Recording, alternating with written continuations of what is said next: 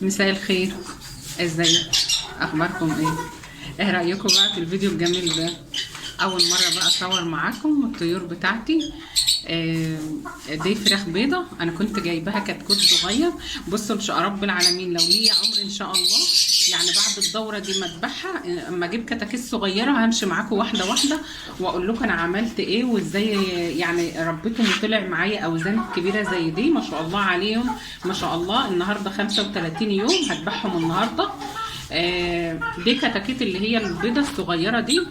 اولا انا يعني بص هقول لكم فكره ان انا حبيت اربي ازاي وليه انا ربيت الفراخ دي، جبت وربيت طيور وكده. طبعا كلنا عارفين ان الطيور واللحوم وكل حاجه غليت، فبدات بقى اجيب اللي هم الصغيرين دول. انا جايبه هنا برضو اللي هي البلدي دي، انا منزله فيديو شفت الصغير برضو. شوفوا الفراخ، على فكره انا بحبهم جدا والله العظيم. انا طالعه اذبحهم وزعلانه قوي قوي شو عاملين ازاي؟ بس الجو حر وخلاص، هم الاوزان بتاعتهم دي يعني تتذبح بقى خلاص، مش عايزاهم يكبروا اكتر من كده. يعني الفرخه 2 كيلو ونص، داخله على 3 كيلو. حلوه جدا جدا جدا في الوقت اللي انا الوقت البسيط ده. هم العلف غلوا وكل حاجه، بس مهما كان لما تيجي تحسبيها هتتلاقي توفير وحاجه نظيفه وحاجه حلوه، مش اخده علاج. الحمد لله، يعني ما عطيتهمش علاج غير التحصينه بس اللي هي بتيجي في الاول. جالهم مثلا دور برد، حطيت لهم يومين كده بس. فان شاء رب العالمين دولت 10 فرخات. ان شاء رب العالمين. بصوا هم قاعدين علشان اكلوا. دي علافه، بصوا دي علافه كان لها بتاع من فوق بيضه كده، ولها فتحات من الجنب بيطلع منها العلف وكده. بس تلاقيتها حسيت ان هي عاليه قوي كده وكبيره، فشيلتها ورحت حطيت الطوبه دي علشان الاكل ما يقعش. شوفوا عسل انا ساعة ما بطلع لهم بقول لهم وحشتوني والله العظيم، بطلع لهم في اليوم كذا مرة. اهو صعبانين عليا ان انا اذبحهم بس لو سبتهم هيموتوا. ايه رايكم؟ ان شاء رب العالمين باذن الله زي ما انا قلت لكم، اما اجيب دوره بعد دي دولت 10. الحمد لله الحمد لله ربنا سترها معايا وعدوا معايا. اما اجيب دوره بعد دي بقى باذن الله. شوف الفرخه ما بتقفش عسل، انا عايزاهم يقفوا بس هم اكلهم فنايمين.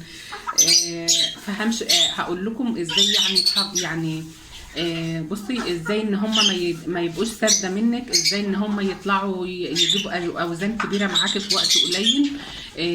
توزنيهم كل يومين بالظبط بقى توزينهم، اشوف ان كانت الفرخ بيزيد ولا ما بيزيدش معايا. اهو ما هو لو ما زادش بتبقى فيه مشكله، بيبقى فيه عنده اي حاجه. الحمد لله الحمد لله طالعين معايا حلوين جدا. انا ممكن كنت اسيبهم يجيبوا اوزان اكبر من كده، بس علشان احنا في الحر فما ينفع. دولت هي دي العشه بتاعتهم. هبقى بصوا هوريكم كل حاجه واقول لكم انا عملت ايه، والاضاءه بتاعتهم اللي هي التدفئه بتاعتهم كنت معلقه لهم لمبه كام والكلام ده كله. والميه بتاعتهم كنت كل شويه يعني بصوا يمكن كل ساعتين بقيت اغيرها. شوفوا هم عاملين ازاي من الحر. ودولت طلعوا قعدوا بره ما شاء الله عسل. دولت بقى دخلتهم هنا على المذبح دول، يعني مش هذبحهم 10 مرة واحدة، لا انا هذبح 5 وارجع اذبح بكرة 5 عشان اقدر اعمل. فلما تلاقيت بقى بقول لكم ان الحاجات غليت والطيور والكلام ده غلي. يعني الفرخه كانت بتقطع 250، يعني حرام جدا والله. اللي معاه من 250 لو هيعملها مرتين في الاسبوع 500 جنيه. فقلت لا اجيب دول. جبت الاول اللي هم البلدي دي وربيتهم والحمد لله ذبحنا منهم وكان طعمهم زي العسل والله العظيم، كانوا طعمهم حلو جدا. بصوا الحاجه اللي بتتعمل في البيت اقسم بالله العظيم لو هتتكلف اكتر من انت هتشتريها 100 مره، بس عاملاها في البيت وحاجه نظيفه وبتاكل الحاجه بنفس كده. انا اولا من الناس اللي ما بتحبش الطيور اللي بره ابدا والله. لو قلت لي هي متربيه فين انا ما بحبهاش، الا اذا كانت بقى الله يرحمها امي كانت تربي لي، تجيب لي اختي ربنا يديلها الصحه يا رب، كانت بقى اما تربي تدي لي كده بس مش اكتر من كده. فالحمد لله قلت اجيب دول وربيتهم والحمد لله. كان كتكوت طالع بقاله يوم ما انا جبته، يوم ما هو كان طالع كان صغير كده. فان شاء رب العالمين هعمل معاكم الدوره الجايه وهمشي معاكم واحده واحده واقول لكم معلومات كتيره جدا عن تربيه الفراخ البيضاء بالذات. الفراخ البيضاء دي عايزه تربيه. بصوا مش زي الفراخ البلدي كده بتنكش في اي حاجه، لا عايزه نظافه على طول. الفرشه على فكره هي ناشفه، ممكن تقولوا ان هي مش نظيفه، لا هي نظيفه، بس الحته دي علشان دايما بيناموا فيها. كنت بحط لهم نشاره، بعمل لهم اللي هو الجير المطفي ده. غسلت الاوضه الاول بكلور. شوفوا ما شاء الله عسل. انا والله العظيم بقول لكم طالعه اذبحهم وزعلانه قوي ان انا اذبحهم. ده ديك اهو، والباقي انيسات. ده الراجل الوحيد.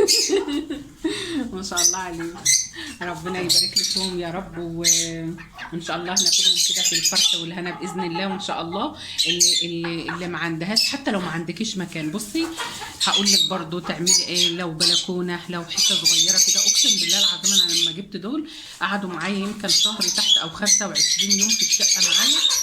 انا مش عارفه ان كنتوا انتوا سامعيني من العصافير ولا لا.